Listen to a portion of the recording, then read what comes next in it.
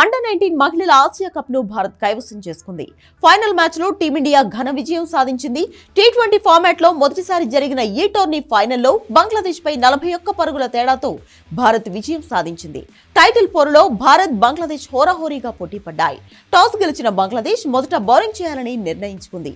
దీంతో తొలుత బ్యాటింగ్ కు దిగిన భారత జట్టు 117 పరుగులు చేసింది. టీమిండియా ఓపెనర్ త్రిష 52 పరుగులతో కీలక ఇన్నింగ్స్ ఆడింది. 118 పరుగుల లక్ష్య ఛేదనలో బంగ్లాదేశ్ మొత్తం 20 ఓవర్లు కూడా బ్యాటింగ్ చేయలేక పేక మేడలా కుప్పకూలింది. ఆ జట్టు 76 పరుగులకే పరిమితమైంది. బంగ్లా బ్యాటర్లలో జౌరియా ఫెర్డౌస్, ఫహోమిదా చోయాలు మాత్రమే 2 అంకెల స్కోరు సాధించారు. అయితే భారత్ టైటిల్ విజయంలో బౌలింగ్ విభాగం కీలక పాత్ర పోషించింది. ఆయుషి శుక్లా 3 వికెట్లు పడగొట్టింది. పూర్ణికా సిసోడియా, సోనం యాదవ్ తలో 2 వికెట్లు తీశారు. విజయ్ జోషితకు 1 వికెట్ దక్కింది.